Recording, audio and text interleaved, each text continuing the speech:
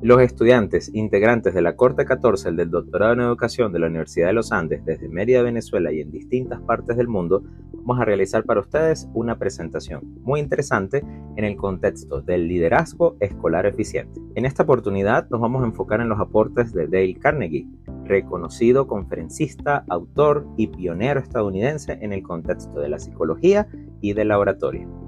Nacido el 24 de noviembre de 1888 en Maryville, Missouri, Estados Unidos, y fallecido el 1 de noviembre de 1955 en Forest Hills, Nueva York, a los 66 años, deja un legado literario muy rico en el contexto de la psicología y del estudio del comportamiento humano. Entre sus grandes aportes destaca la obra literaria titulada Cómo ganar amigos e influir en las personas, un libro que ha sido destacado por los grandes aportes en el contexto del estudio del comportamiento humano desde la experiencia de Carnegie, sobre todo desde su obra personal y profesional, y cómo a través de esta obra logró determinar a través de las relaciones con las personas el poder generar relaciones efectivas para poder capitalizar relaciones de valor con estas, para poder establecer lazos de unión y efectivos hacia las personas de manera consciente. La primera regla es, si quieres recoger miel, no des puntapiés a la colmena. Si transferimos esto al contexto escolar, encontramos que la crítica que se ejerce de una manera punitiva hacia los docentes o bien sea hacia el personal administrativo, suele generar, si se quiere, alguna forma de resentimiento en lugar de alcanzar las mejoras. En este sentido, un director eficiente comprende que la crítica es un boomerang que siempre está regresando, retornando.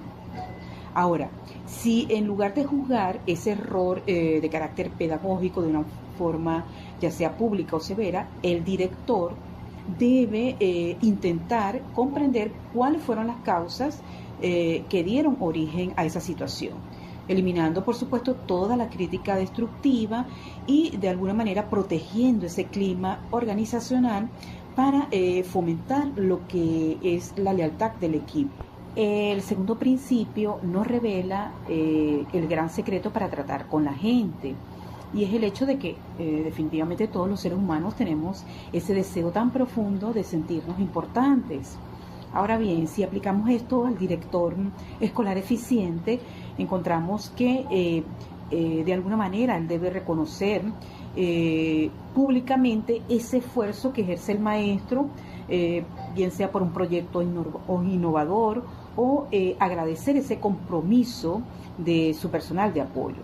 Entonces, de ninguna manera se trata de una adulación, sino de notar ese valor real que tiene cada miembro de esta comunidad educativa.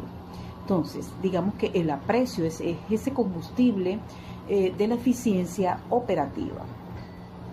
Y la última regla es despertar un deseo vehementemente. Entonces, finalmente, quien puede hacer esto tiene al mundo entero consigo mismo. Quien no puede, entonces marcha solo por el camino. Se está refiriendo el autor a esa capacidad de ver las cosas, pero desde el punto de vista del otro, desde el punto de vista del despertar en ellos un deseo de colaboración. Entonces, para implementar un cambio curricular o bien sea una norma, el director eficiente no impone, más bien alinea todos sus objetivos institucionales con esos intereses de los docentes.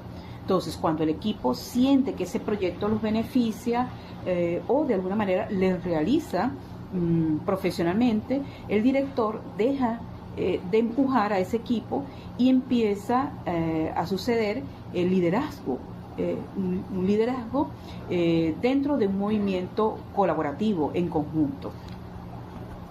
Carnegie en su libro nos presenta tres formas de agradar a los demás. La primera es interesarnos sinceramente en esa persona, escucharlo de forma activa, de una manera completa, íntegra, es decir, que toda tu atención esté centrada en lo que esa persona te está contando. Eso genera un mayor grado de confianza, establecer vínculos más sinceros y además fomentar mejores amistades y la lealtad. También nos plantea una segunda regla muy importante y decisiva en las relaciones interpersonales, que es la sonrisa. La sonrisa nos permite que la otra persona sienta una emoción de contacto, de amabilidad, de relajación, de confianza, para poder establecer un vínculo más cercano. ¿Cuál es la primera impresión que puedas tener de una persona cuando interactúas con ella y sonríe? Esa es la diferencia la que hace el contacto que se pueda establecer en ese momento o posteriormente. Él nos habla que la sonrisa es una puerta para poder interactuar con otros, para poder establecer diferentes relaciones. Detente y piensa un momento.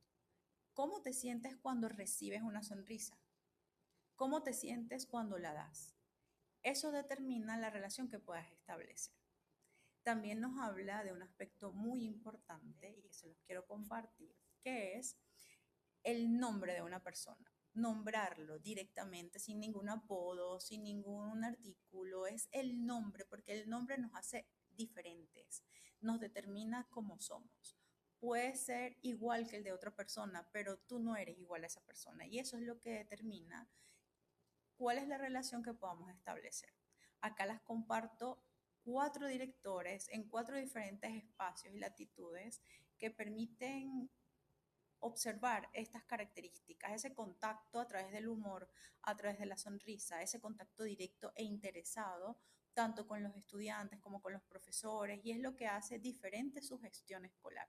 2 estudiantes en Chile, perdón, 2 directivos en Chile, 2 directivos en Venezuela, en diferentes contextos y cómo marcan la diferencia. Y en ello se observan estas 3 reglas, es decir, el vincularnos sinceramente, el sonreír y también el conocer por su nombre a cada una de las personas que forman parte de su comunidad educativa. Buenas noches, continuando con el análisis del libro, hoy exploraremos cómo lograr que los demás piensen como usted.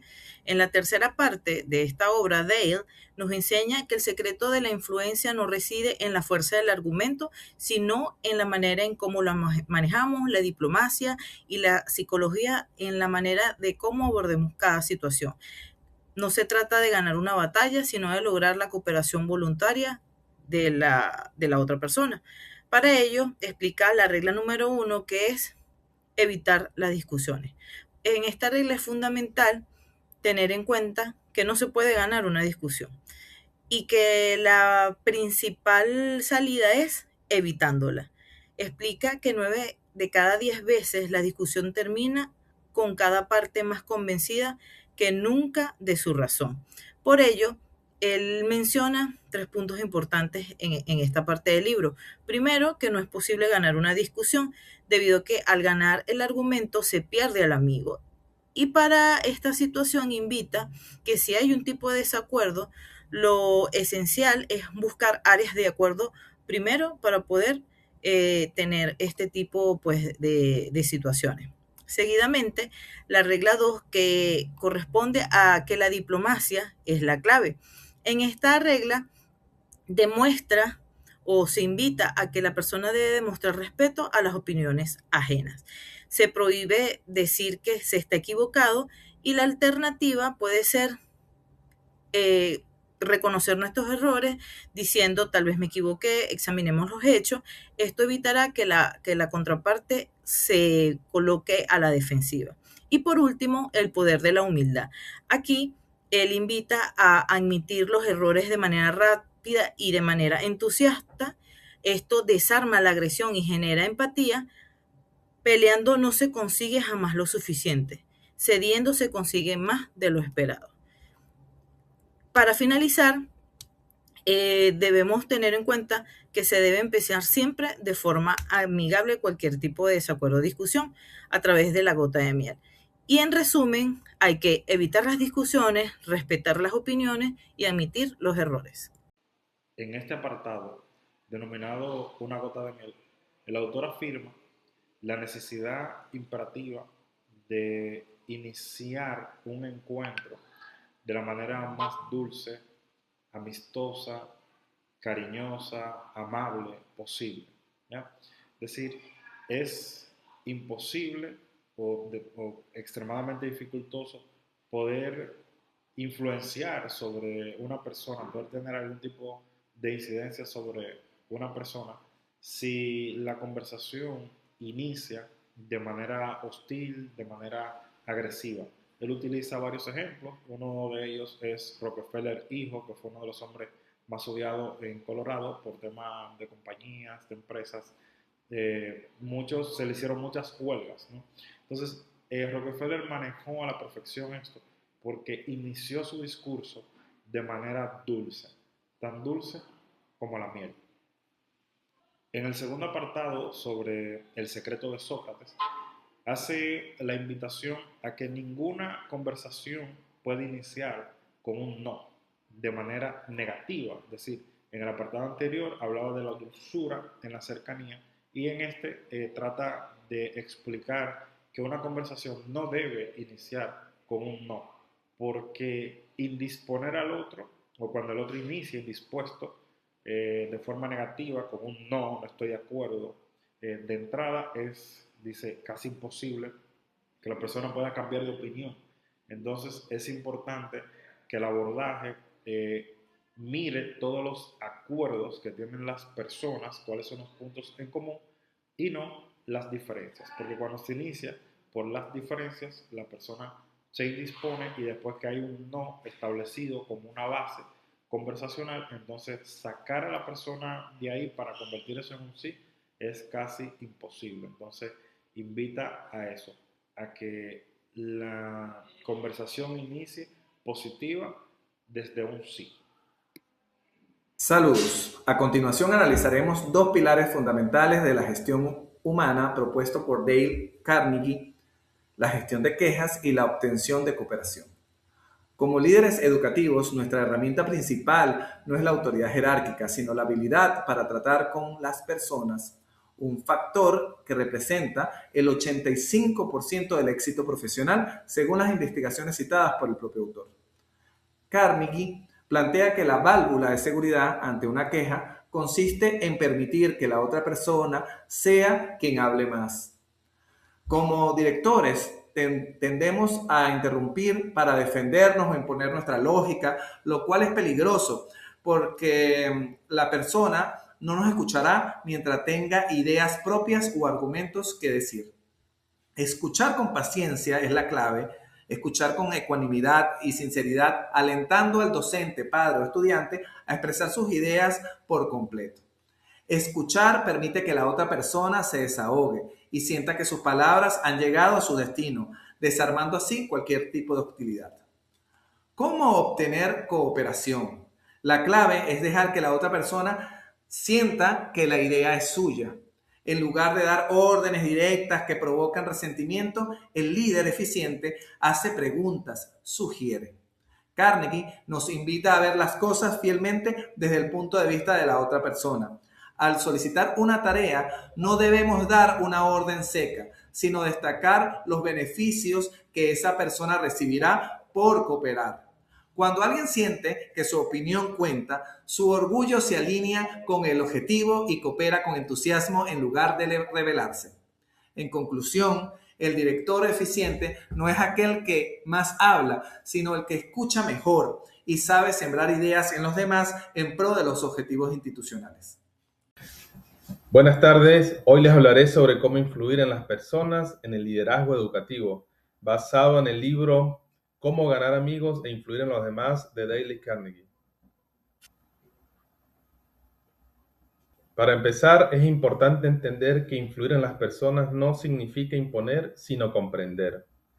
Las personas actúan mejor cuando se sienten valoradas.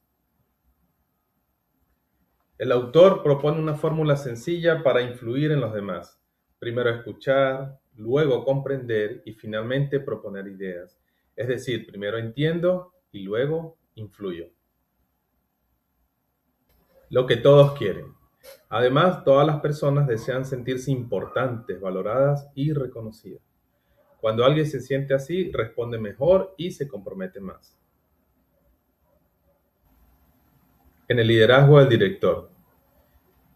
Esto se refleja al escuchar a los docentes, reconocer su trabajo y motivarlos en lugar de imponerles decisiones. Así se construye un verdadero liderazgo. Como resultado se logra un mejor clima escolar, mayor compromiso de los docentes y mejoras en el aprendizaje de los estudiantes. En conclusión, un director eficiente no obliga, inspira. Liderar es hacer que otros quieran hacer lo correcto. Muchas gracias. Buenas tardes, hoy les voy a mostrar cómo influir en las personas de forma inteligente y positiva. De los capítulos Un llamado que gusta a todos y Así se hace en el cine y en la televisión. ¿Por qué no lo hace usted? Del libro Cómo ganar amigos e influir sobre las personas de Dale Carnegie. Las personas no actúan solo por lógica, actúan por cómo quieren verse a sí mismas. Todos queremos sentirnos buenos, justos y correctos. Por eso, si ustedes quieren influir en alguien, no apelen a la razón. Apelen a su lado noble, a que esa persona se sienta buena. En el libro hay un caso de un propietario que tenía un inquilino que quería irse antes de terminar su contrato. Normalmente él habría reaccionado mal, le habría dicho que estaba obligado a pagar o lo amenazaría. Pero este dueño hizo algo diferente. Le dijo, bueno, yo creo que usted es una persona de palabra, ¿qué fue lo que pasó? Entonces el inquilino se quedó pensando, decidió quedarse y cumplir con el contrato. ¿Por qué eso funcionó? Porque el dueño no lo presionó, ¿sí? Sino que lo hizo sentirse como una persona honorable.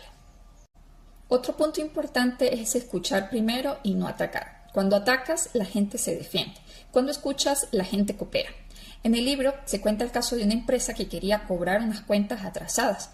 Ellos usaron primero un método muy agresivo. Iban donde el cliente, le decían que estaba equivocado, que la empresa tenía razón. Como resultado, existían discusiones, nadie pagó. ¿Qué hicieron para cambiar esa perspectiva? Enviaron a otra persona con otra estrategia. ¿Qué hicieron en esa estrategia? En vez de atacar, las personas le preguntaban, que querían entender qué pasó, si les podía contar un poco más de la situación. Las personas se sintieron escuchadas y como resultado pagaron las cuentas atrasadas. Dramatiza tu mensaje. Si solo hablas, la gente escucha, pero si lo dramatizas, la gente recuerda. Es como la publicidad, ¿sí?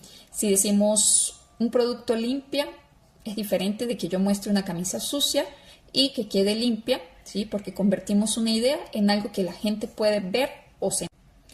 Para finalizar, influir no es obligar ni imponer, ¿sí? Es conectar con lo que existe de mejor en las personas. La gente no cambia porque uno le diga que está mal, sí cambia cuando siente que puede ser mejor. Y allí es que está lo que es el verdadero liderazgo. Y vamos a continuar con el análisis del libro Cómo ganar amigos e influir sobre las personas. En esta oportunidad vamos a ver cuando ninguna otra cosa ha dado resultado. Pruebe esto, es un interrogante que nos señala el autor y es bien importante rescatarlo, porque el líder necesita ir probando distintos recursos hasta llegar a conseguir a ese que va a ser ideal para su equipo de trabajo y conseguir los objetivos propuestos. Vemos así un ejemplo de una empresa metalúrgica donde habían hecho represalias, incentivos económicos y no habían conseguido elevar la productividad. Y al jefe se le ocurrió colocar el número 6 en el piso. Cuando vino el siguiente turno y supieron el significado de ese 6, ellos tuvieron una competencia sana y generaron un mayor estímulo en producir una mayor cantidad y lograron el número 6. El siguiente turno llegó a 10, que eran unas cifras que no habían logrado conseguir con otras técnicas que habían abordado. Es la oportunidad de demostrar a la persona su propio valor, de sentirse importante, de poder expresarse, que es lo que genera un reto amable. Ahora bien, ¿cómo cambiar a las personas sin ofender ni despertar resentimiento? En este caso, vemos cómo el presidente Calvi, un hombre serio y recatado, tomó la atribución de darle un elogio a su secretaria antes de decirle que habían errores de puntuación en lo que le estaba generando. Así vemos que un líder necesita generar elogios con fortalezas existentes para relajar la tensión y abrir la mente a las nuevas sugerencias. Es un cambio genuino pero manteniendo la reputación de la persona. Ojo, sin caer en el pero que nos lleva al fracaso, sino tomando en cuenta el y para elevar las expectativas y mejorar el éxito. Vemos así como los tres pilares de esta influencia de todo líder es precisamente enaltecer a la persona, generar una anestesia emocional y despertar ese deseo de competencia como motor interno para los trabajadores de su equipo. ¿Cómo criticar y no ser odiado por ello? Del libro Cómo ganar amigos e influir en las personas de Dale Carnegie. ¿Te ha pasado que necesitas señalar un error, pero tienes miedo de que la otra persona se lo tome a mal o se ponga a la defensiva? Como líderes, nuestra misión es mejorar al equipo sin destruir su entusiasmo. Hoy te enseño las reglas de oro de Dale Carnegie para lograrlo. Regla número 1. Empieza con elogio y aprecio sincero. Antes de soltar la crítica, reconoce lo que la persona está haciendo bien. Es como el barbero que pone espuma antes de pasar la navaja. Hace que el proceso sea mucho menos doloroso. Si vas directo al error, cierras la puerta de la comunicación. Regla número 2. El arte de la sutileza. Llamar la atención sobre los errores de los demás indirectamente evita la palabra pero. En lugar de decir, hiciste un buen trabajo, pero te equivocaste aquí, prueba con, hiciste un buen trabajo, y si ajustamos este detalle, será perfecto. La clave es no atacar la identidad de la persona, sino enfocarse en la mejora del proceso. Regla general para todo líder efectivo es sinceridad y empatía. Olvida tu beneficio personal por un momento y concéntrate en el beneficio de la otra persona. Pregúntate, ¿qué gana el otro al corregir este error? Si logras que tu equipo vea el beneficio para ellos mismos, la cooperación será total. Y por último, liderar no es mandar, es influir. Aplica estas 2 reglas mañana mismo y verás cómo cambia el clima de tu equipo. Muy buenos días. En esta exposición se presentan 2 principios fundamentales del liderazgo interpersonal, pues basados en situaciones reales. La primera es evitar dar órdenes directas y la segunda, permitir que las personas conserven su prestigio. Pues en primer lugar, como se evidencia en el caso de Owen de Jong, un líder eficaz no impone órdenes, sino que formula preguntas. Es decir, en vez de decir haga esto, sugeriría con expresiones como ¿qué les parece? O quizás podríamos mejorar esto. Esta forma de comunicación, pues, no solo facilita la corrección de errores, sino que preserva el orgullo de las personas y además promueve su disposición a cooperar eficazmente. Por el contrario, cuando se imponen las órdenes de manera agresiva, como en el caso que se presenta ahí del instructor que gritó a un estudiante, se genera un resentimiento, no solo individual, sino además colectivo, afectando pues el clima organizacional. En segundo lugar, el texto resalta pues la importancia de permitir que la otra persona salve su prestigio. Casos como el de la General Electric muestran cómo incluso en decisiones difíciles es posible actuar con respeto. En lugar de degradar a Steinmetz, se le reasignó un rol que preservaba su valor profesional. Asimismo, pues se observa que cuando un líder expone o humilla, en el caso del supervisor cuestionado públicamente, se destruye la relación laboral e incluso pues pierde talento. En contraste, cuando se reconoce el esfuerzo pese al error, como ocurrió en el caso de Anna Mazzone, se fortalece la confianza y el compromiso. En ese sentido, y como una conclusión, ambos principios pues convergen en una idea central y es que el liderazgo efectivo pues no se basa en la imposición, sino en el respeto, preguntar en lugar de ordenar y corregir sin humillar, no solo mejora las relaciones, sino que también potencia el desempeño humano pues, de la sociedad. Dando continuidad a lo planteado por Dell en su obra Cómo lograr ganar amigos e influir sobre las personas, en el apartado 27, Cómo estimular a las personas hacia el triunfo, el autor plantea una analogía entre un domador y un animal, quien en vez de recurrir al castigo, al látigo, lo que busca es dar una palmada, un elogio y una recompensa, ya que para él elogiar hasta la menor mejora incentiva a seguir mejorando. Es necesario para ayudar a crecer al otro. Para el autor, debemos tener siempre presente que hay que ser caluroso en la aprobación y generoso en los elogios como una regla. Por su parte, en el capítulo 28, Cría fama y échate a dormir, el autor destaca que cuando nosotros queremos propiciar mejoras en otra persona, debemos primero elogiar como mecanismo para reforzar el trabajo que realizan y posteriormente continuo y elogio, indicarles cómo podrían mejorar en determinados aspectos, en aspectos muy puntuales, y que a través del elogio debemos destacar la fama de la cual pueden ser merecedores. De esta manera quedaremos sorprendidos con los cambios que ocurrirán, pues de allí el dicho cría fama y échate a dormir. Si queremos cambios favorables, de acuerdo a lo que plantea el autor, debemos tener presente en atribuir una buena reputación a la otra persona para que se interese en mantenerla. ¿Cómo lo relacionamos con la eficacia del director?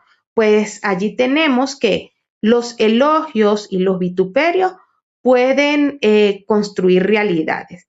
Si estimulamos, si motivamos, lograremos que las personas que acompañan al equipo sean todos o se encaminen al éxito. Por el contrario, lo que vamos a conseguir es que las personas se sientan desincentivadas a continuar con la labor que probablemente vienen haciendo. Las relaciones con las personas, evidentemente, tal y como lo hemos presentado a través de este material audiovisual, no son un proceso al azar. Deben ser un proceso consciente y parte de la obra de Carnegie a través de esta magistral obra literaria ha sido demostrar eso. Cómo a través de los aportes de campos epistémicos tan profundos como la psicología, podemos de manera tan clara al aplicarlos generar relaciones sólidas, efectivas, que nos puedan permitir generar resultados efectivos en diversos contextos organizacionales. En este sentido, desde el mundo de la educación, a través del ejercicio del liderazgo educacional, viendo al docente o viendo a esa visión gerencial del educador, no solamente como ese facilitador o gestor de enseñanza, sino sin duda como un líder en el contexto educativo y como líder referente para las personas con las que comparte. En este sentido, seguir la obra de Carnegie muy de cerca y aplicarla directamente, sin duda nos permite generar resultados efectivos en el contexto del comportamiento humano y sin duda lograr los fines de la educación, que es promover el embellecimiento, el desarrollo y la construcción constante del ser humano.